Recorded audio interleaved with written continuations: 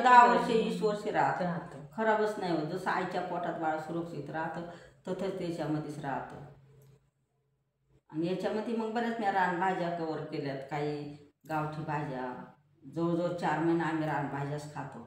आणि रानभाज्या आता सगळं विसरलेत लोक. रानभाज्याचं बी सुद्धा शेतामध्ये नाही ठेवलं का, त्यात तणनाशक नाही आणि त्या खताने रानभाज्याचं बी राहिलंच नाही शेतात. पहिले आज्या शेतात जायच्या, ओटी भरून भाजी आणायच्या. ती भाजी मॅडम बिन तेलाची नुसती मीठ मिरची टाकून करायच्या तरी ती भाजी एवढी चव होती.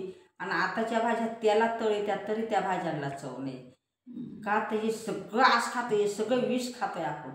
आता एखाद्या मला तर बाहेरचं जेवण पण जातं, एखाद्या हॉटेलमध्ये कधी गेलं तर तिथं 10 वाट्या राहतात, 1 ताट आणि 10 वाट्या. पण मी म्हणते त्याच्यातल्या तुम्ही 2च भाज्या खा, पण आरोग्य चांगलं ठेवा.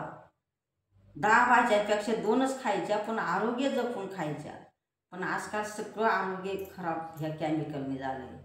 आणि हे आजार आपणच आणलेत आणि आपणच आपलं आयुष्य कमी करून घेतले. मग याच्यासाठी आता माझं तर शिक्षण नाही, पण मी याच्यासाठी गावोगाव फिरते आणि रोज लोकांना हे. पण आता माझं ऐकून भरपूर लोक वळल्या त्याच्याकडं, भरपूर लोक आता करायला आल्या. पण लोक अजून तरी घरच्या पुरतं चांगलं करतात आणि विक्रीला जे आहे ते आहे.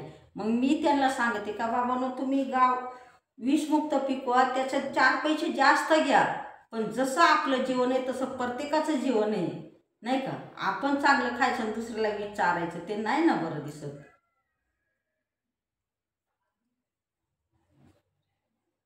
खरी गोष्ट आहे. किती लोकांना तुम्ही तिथे त्याच्यात फोटोमध्ये बोलता आहात नाही, सांगून नाही तरी पण मोबाईल बंद करा, केला आता बंद